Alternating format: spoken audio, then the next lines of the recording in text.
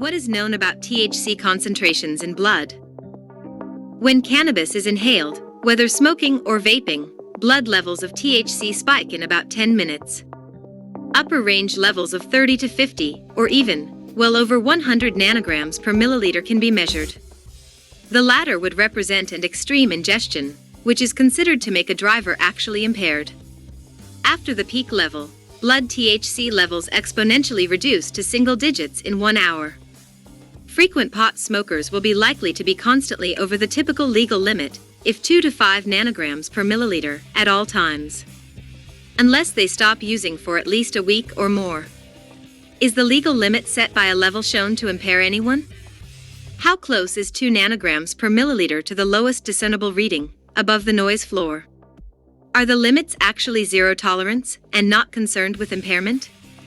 These answers will only be found in court. Cannabis edibles and topicals have a much different effect than inhalation.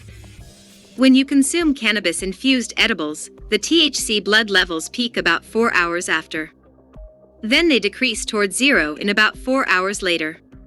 Topical use of cannabis oil has little chance of entering the body, thus poses no risk for blood concentration.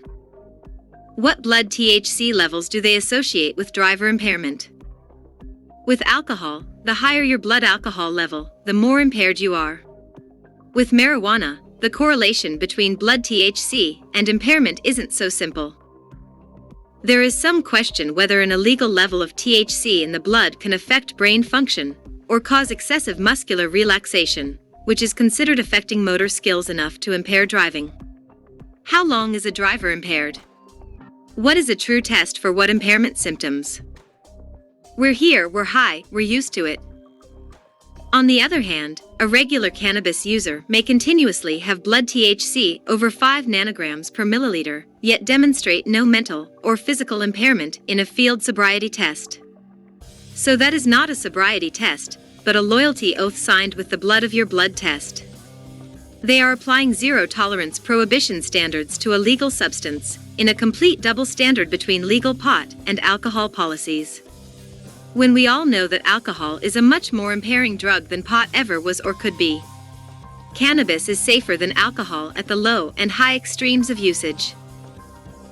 For most daily medical uses, THC will be stored in body fat and released back into the bloodstream constantly, with little psychoactive effect.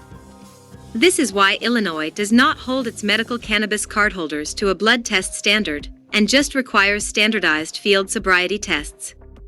If the tests are at all arbitrary, the patients can get busted anyway without physical evidence. Even people who don't partake in cannabis at all can end up in jail for a fake marijuana DUI. Contact us inside here.